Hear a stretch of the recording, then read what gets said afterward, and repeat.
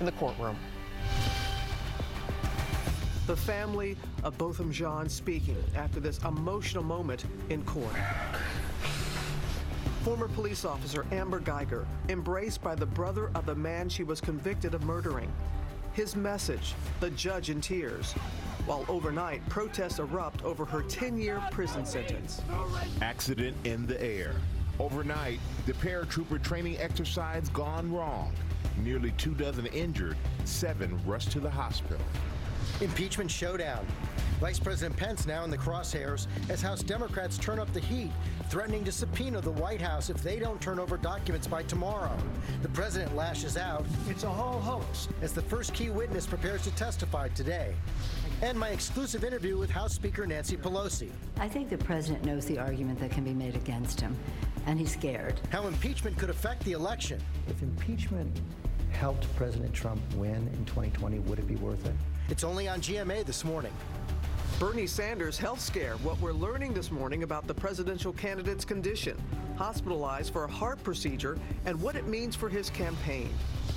Deadly crash. A vintage World War II era plane going down in a fireball. At least 7 people killed, the hero on board who helped survivors escape. And hitting a high note. The viral homeless opera singer going from the subway to sing a dream come true. Live in Times Square, this is Good Morning America. And Good Morning America. Hope you all are well this Thursday morning. It is a busy one. It is. We have that reaction overnight to the sentencing of Amber Geiger, the former Dallas police officer convicted of murdering her neighbor, Botham Jean.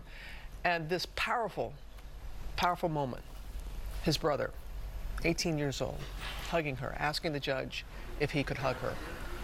Very powerful indeed. And Geiger, she was sentenced to 10 years in prison. That sentence also sparking some tense protests overnight. Marcus Moore is there in Dallas, and he's going to start us off with the latest. Good morning, Marcus. Oh, Michael, good morning. Amber Geiger is just beginning that 10-year prison sentence here in Texas. That punishment handed down in a dramatic court hearing. Moments after the controversial sentencing, and assess the defendant's punishment at 10 years imprisonment. Botham Jean's younger brother, Bran, stunned the courtroom with this moment of strength and grace. And I'm speaking for myself, not even bad for my family. But I love you just like anyone else. And I'm not gonna say I hope you rot and die just like my brother did, but I personally want the best for you. And I wasn't gonna ever say this in front of my family or anyone, but I don't even want you to go to jail. I want the best for you,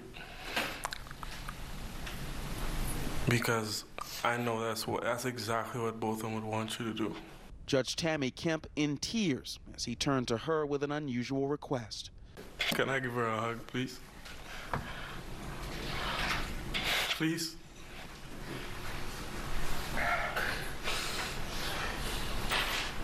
Moments later, the judge handing a Bible to Geiger, speaking with her, imploring her to change. Outside the courtroom, outrage from those who felt the 10-year sentence was far too short.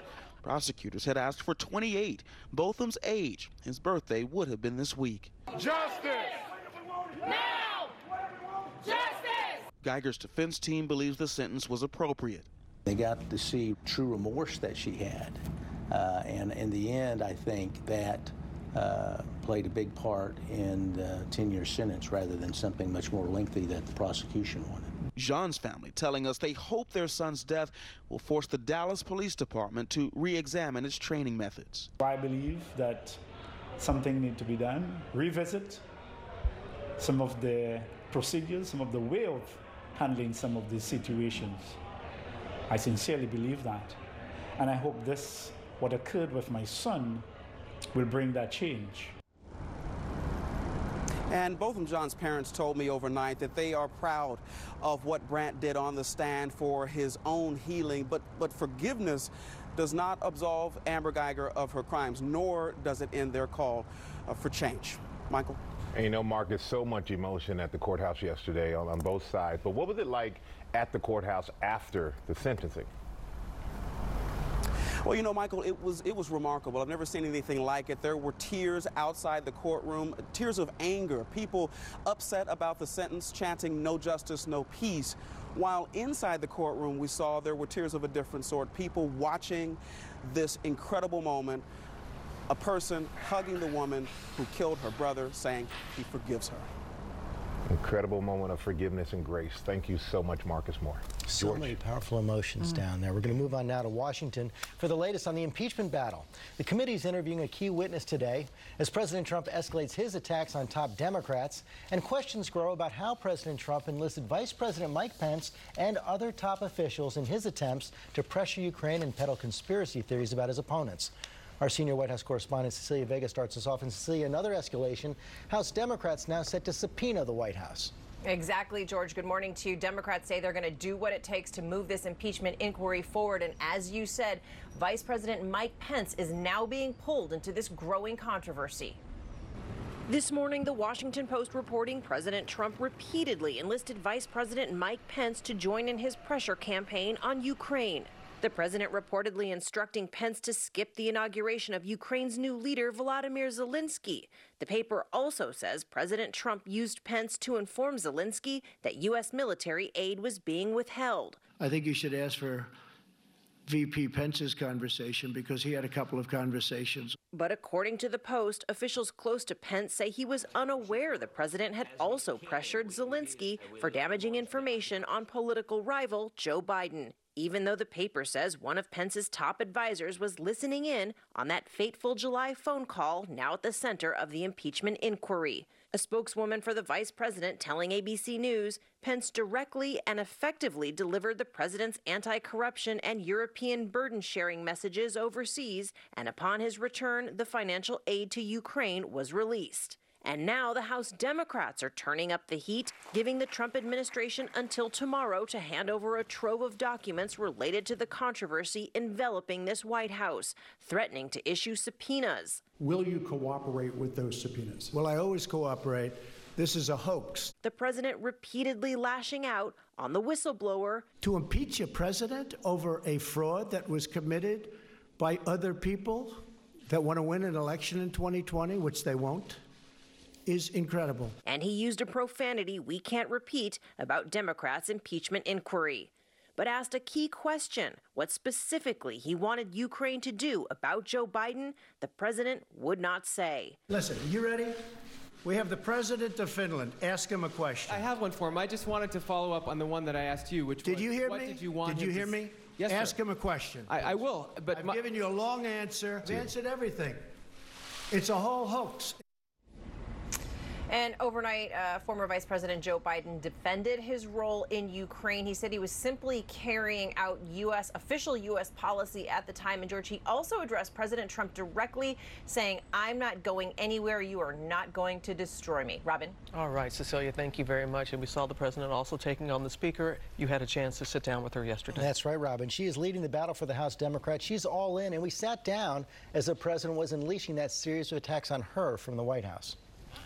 Madam Speaker, thank you for doing this. My pleasure. Thank you. It may not surprise you, the president was watching your press conference. He says he heard you talk about wanting to do prescription drugs, wanting to do the U.S.-Mexico-Canada agreement, but now he's calling you the do-nothing Democrat, says you can't do it. Why can't we do it? It's up to him. That was our pledge during the campaign for the people. We would lower the cost of prescription drugs. I think that the president wants to do that. So I hope that he would cooperate.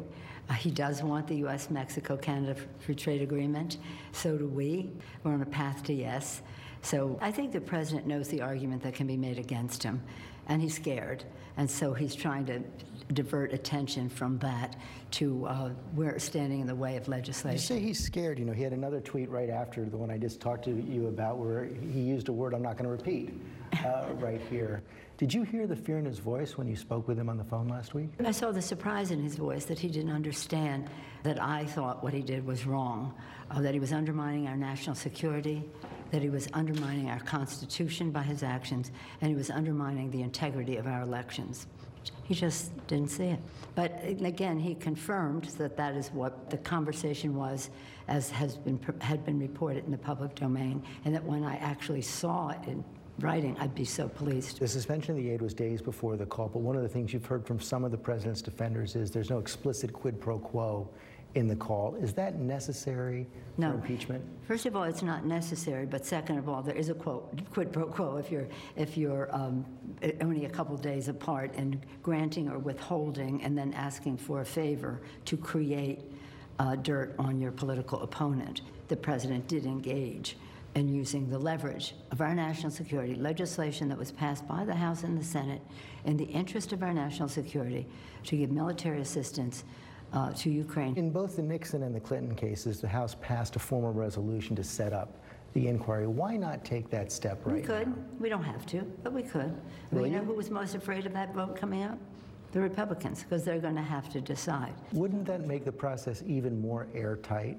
No, it's not necessary. We feel that we're on very firm ground as we go forward, and we may go to that place as we go, just because it's a Republican talking point, but it's not necessary. I know you support Chairman Schiff, but was it right for him to have that dramatic interpretation of the president's transcript of the phone call at the hearing last week? I want the American people to know what that phone call was about.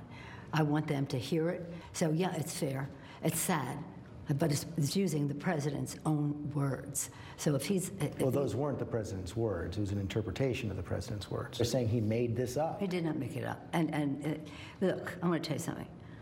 When I took the oath of office to support and defend the Constitution, as my colleagues have done as well, I did not say I will do this as long as the Republicans can understand the Constitution. So the fact that their loyalty is to Trump and not to the Constitution is not going to slow down or impair our ability to keep the republic. So has this process passed the point of no return? Is an impeachment vote inevitable in the House? I don't think so, no. I think that we just go forward and follow the facts. I don't think that. There are some people who say, why are you calling for an inquiry? You should just call to impeach. I don't think that would be fair, and it isn't worthy of the Constitution. We should collect the facts. Well, yeah, one of the things you can see there, how determined she is to go forward. And the Democrats are going at a quick pace right now, so I want to bring in our senior national correspondent, Terry Moran, on Capitol Hill. And Terry, the first key witness is going to be before one of those committees, the House Intelligence Committee, today. That's right. It's going to be a pitched partisan battle behind closed doors today as that crucial witness, Kurt Volker, takes the stand and answers questions before 3 House committees. Volker is so important because he was the Trump administration's special envoy to Ukraine. He's the man right in the middle of all this. He resigned last week after the whistleblower said he was helping navigate for the Ukrainians these demands that the Bidens be investigated. Rudy Giuliani's been out there waving emails from Volker saying that Giuliani's mission was approved by the State Department. Republicans are furious about this, and they're nervous as well. Volker is testifying over the objection of Secretary of State Mike Pompeo. There are no administration lawyers in that room. Staffers are going to do the questioning. They don't know what he's going to say. Will he take the inquiry behind the scenes? Who was giving him marching orders? What were they? And how political were they? Those are questions Democrats want answered. Expect a ferocious counterattack from Republicans. George? First of many witnesses, he's turned over documents as well. Okay, Terry, thanks very much. We're going to have more of my exclusive interview with Speaker Pelosi in our next hour. Michael? All right, thank you, George. Now we're going to turn to that accident in the air, a training exercise going wrong at a military base in Mississippi. At least 22 paratroopers injured after jumping from a C-130 plane, getting blown off course, landing in trees. This led to an intense search and rescue effort. An Army spokesman says 7 people were taken to the hospital, and thankfully no one suffered life-threatening injuries. Thankfully indeed. Thankfully indeed. Yeah. Right. Now to the investigation underway into that deadly plane crash in Connecticut. At least 7 people killed and several others injured when a World War II-era vintage plane crashed shortly after takeoff. Whit Johnson is at Bradley International Airport with the latest. Good morning, Whit. Robin, good morning to you. The NTSB has a GO team on the ground right now. They expect to be here for 7 to 10 days looking into this deadly crash. The B-17 with 13 people on board was only in the air for about 5 minutes before something went horribly wrong. A fiery crash landing as the vintage plane dropped from the sky, slamming into this de-icing facility at Bradley International Airport. Just minutes after takeoff, the World War II era B-17 bomber radioed the tower for help. And what's the reason for coming back? Got number 4 engine. We'd like to return and blow it out. It disappeared and big puff of smoke. The crash killing 7, including Robert Riddell, who is going to be celebrating his wedding anniversary this month. Bradley Tower to all responding vehicles, no matter where you are, proceed to the crash via the quickest way available. 6 people injured, taken to local hospitals. Built in 1944, the bomber was traveling the country, providing tours and flights to the public. 10 were passengers who paid to take the ride, and there were 3 aircraft crew.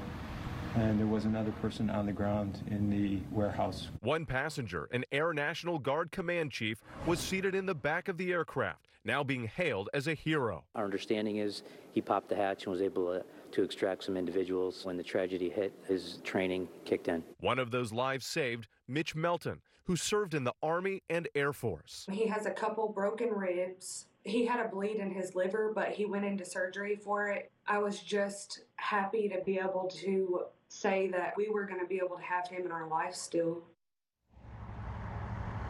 We've also learned that 2 local firefighters were on board and injured in the crash. The company that owns the B-17 releasing a statement saying, "Our thoughts and prayers are with those who were on that flight, and we will be forever grateful to the heroic efforts of the first responders." Guys. Thinking of all those families. All right, Whip, thank you. A lot more ahead, including the latest on Senator Bernie Sanders' condition after that health scare, hospitalized for a heart procedure, how it could affect his campaign for president. Also ahead, the teen caught on camera impersonating a police officer in the moment he's confronted by an actual policeman. But first, gonna go back to Ginger. Hey, Ginger. Hey, Michael. Nearly 100 cities yesterday reached their all-time record October high temperature. They broke those numbers. I think it'll happen again today. Look at the feels likes. Mobile 102, Richmond 100. The next best question is, why? Why us? Why is this still happening? We're this huge high-pressure heat dome that's been in place. And I want to go ahead and pop out one state that has felt the brunt of this. That would be Georgia. I know folks from Atlanta to Macon down to Savannah are saying, when does it end? Well, by the weekend. But before that happens, we've got our streamlines on here from the mid-levels of the atmosphere within this high-pressure system. What that means to you, it's almost like a waterfall of heat. Yes, at the mid-levels, you get sinking air in a high-pressure system that comes down, the air compresses, there's less room, the molecules get closer together, and the air heats up. So that's why you've been having all of this heat, making 9 days in a row of record highs. If Atlanta tomorrow gets to 90 plus, which they should, that'll be the 91st day this year that they have had 90 plus degree temperatures. That's never happened in recorded history. So this is really quite stunning, but you know it's not forever. This thing will sink south and all of these cooler temperatures will be coming your way. Look at that. Oh, by the weekend, we're gonna be waking up in the 40s here. All right, let's go ahead and get to your select cities, your summer-like cities, excuse me, brought to you by CarMax. If there's gonna be a sticker on your car, it has to mean something. That you got into college or crossed the finish line. Eventually. What? That you went someplace worth going. Or maybe you have opinions. But if it's on there, it has to mean something. So we make sure this means something. That we've done everything to make your shopping, test driving, and car buying experience the way it should be. CarMax. Not going to have the sizzler that we had yesterday, but it's still going to be very warm for this time of the year. Temperatures will be topping out later today in the mid-80s for D.C. Some areas east of I-95 may stay in the upper 70s, and then while south and west down around Culpeper, Fauquier County could get into the upper 80s. But for the most part today, lots of clouds and still some very humid air. About 85 degrees by 4 o'clock today. Then tomorrow, much different on the other side of our weather maker. 74 Friday, 67 Saturday, 76 degrees on Sunday. So this morning, just to give you an example of what's coming, it's almost 40 degrees colder in New York City than it was yesterday afternoon. It's quite a high wire act you do every day now. Thank you. It's a lot of fun. We'll be right back.